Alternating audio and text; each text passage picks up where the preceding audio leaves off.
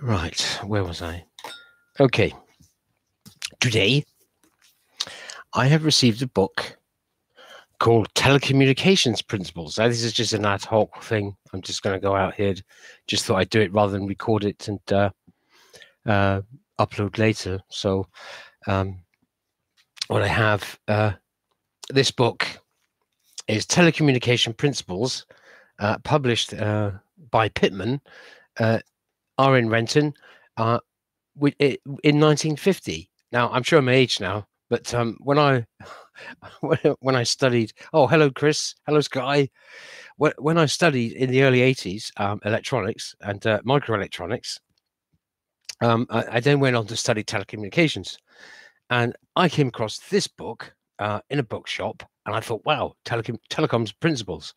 And this book was, as the author explained, that he started to write this book in, or edition 1, way back in the 1930s. And as he does state in the, I won't go through the whole thing, of course, in the foreword, that forces majeure made them, and that's World War II, stopped them actually producing this book. And so they carried on in 1946. So, and then this was published in 1950. Right, so I'm just showing my age, but basically the principles of telecommunications hadn't really changed up until the 1980s, except everything was becoming digitized as opposed to analog. So all the details in here, all based on analog electricity and communications. So the I'll just run through what the chapters are, and I reference this book all throughout my studies of communications engineering up to level 3. Bit into level 4. Didn't deal so much with the mathematics. They miss out all the calculus, but as they mentioned here, just to make it easier for the principles to be understood. The principles have never changed regarding AC transmission, magnetism, or electronics or electricity. And it like I say, there was something in here that I've got to get to, but this is just a prelude to that. I would say, oh, thank you, Sky. Let me just check the settings on that. Webcam options, advanced settings. Oh, yes, you're right. Yeah, it is. Now, image orientation. Oh, it's not letting me swap. I'm not sure if that's because I've actually started. There we go. Let's try that. White band, color intensity. Ooh, that color's a bit up, isn't it? Right, save. Right. Is that better? Now it's backwards to me, you see. Hi, Baron. That's backwards to me, Sky. Is that look all right now?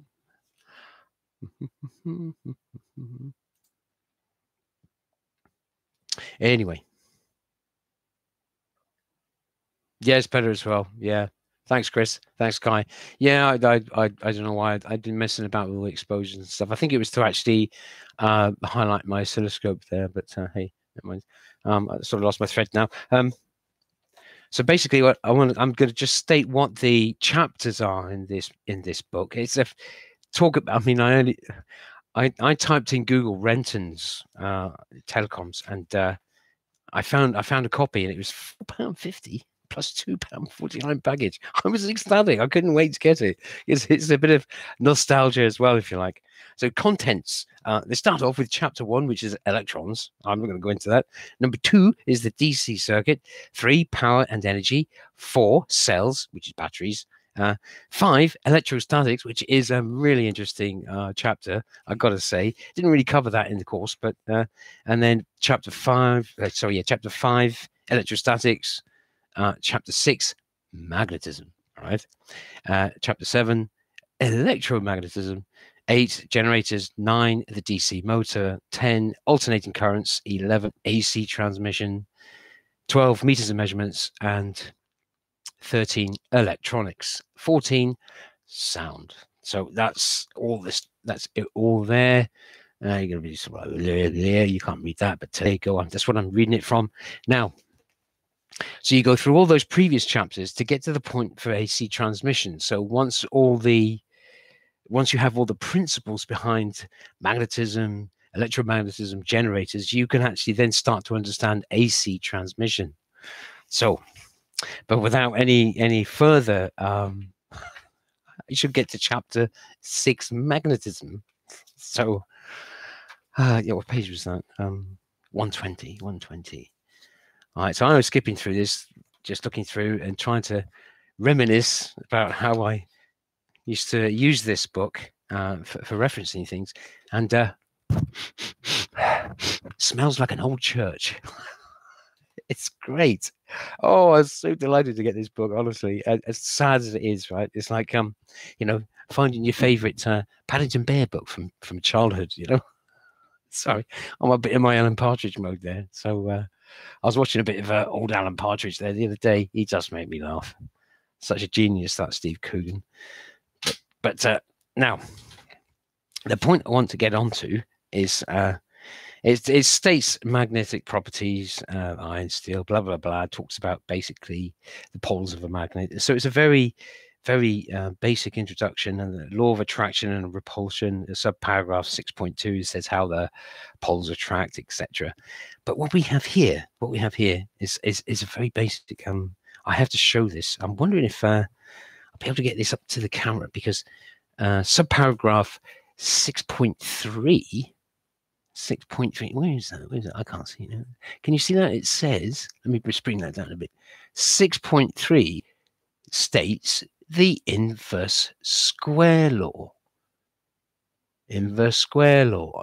In fact, I hope that's in focus for you. The inverse square law. Now,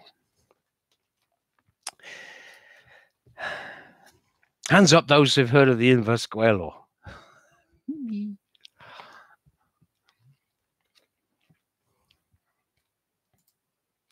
Oh, bugger. Come off me thing.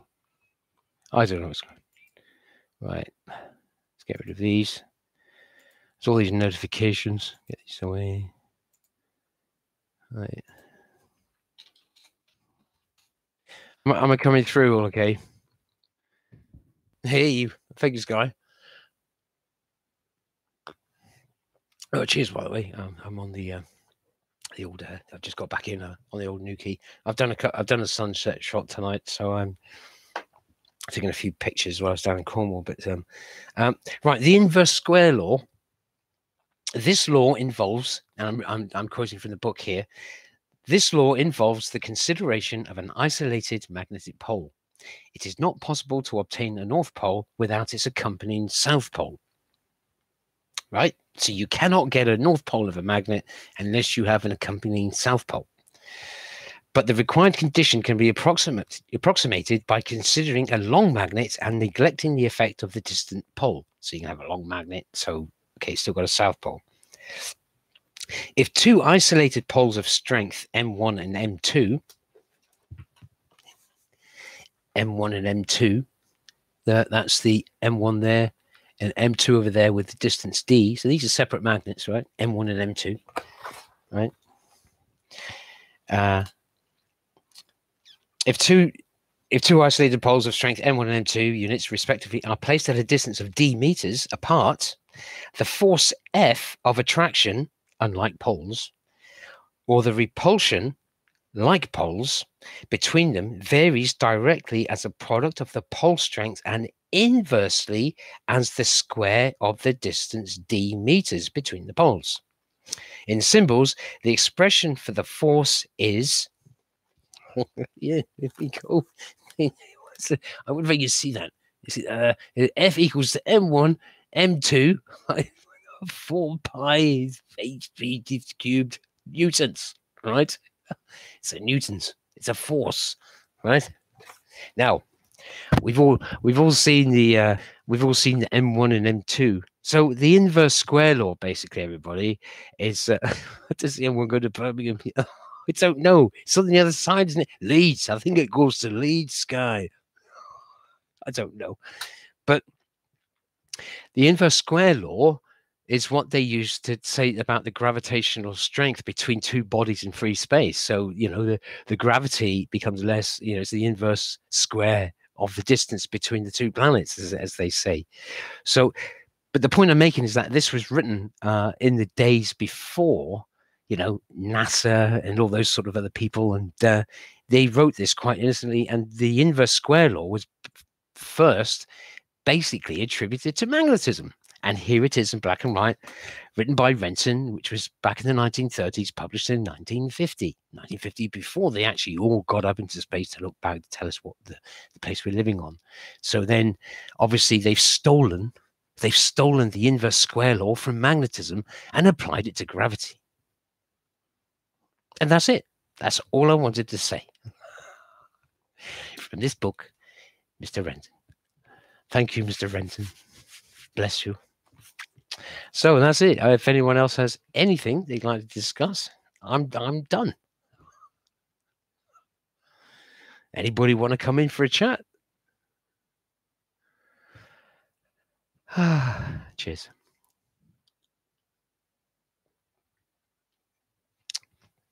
If you'd like me to go over it again, I don't mind. If anybody missed anything.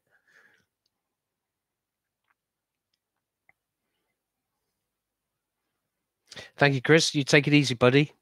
Sorry, Mr. Hayes. You're a lot stronger than me, Mr. Hayes. You're welcome. Hey, Baron. Flat. Nice to see you, mate. I said hi to Sky. Ah.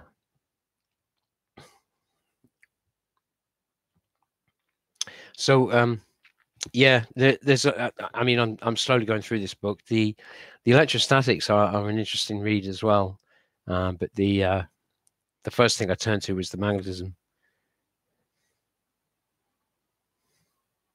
Boiling water in a vacuum. Any thoughts? Good vid by Pete and Pete. I've started to watch Peter and Peter. Yeah, they're pretty good. I do like them. Yeah.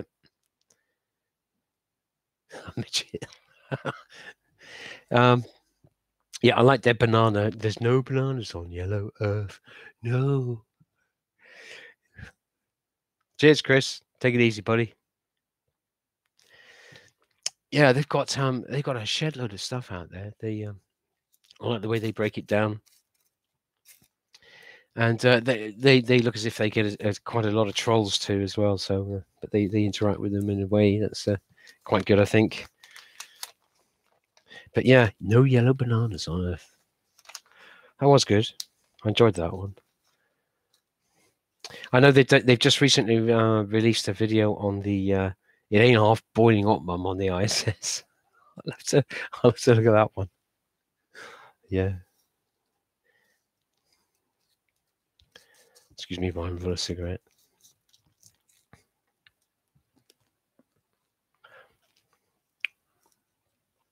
Okay, guys, if nobody wants to come in and chat or any other questions, I'm just going to finish this hang up. Basically, like I said, I was going to do a video and then upload it, but I thought I'd do it live just to get it out there, say hi to a few people at the same time. Beautiful day today. First of many, let's hope. But okay, I'll catch you later, guys. Thanks very much. Bye now.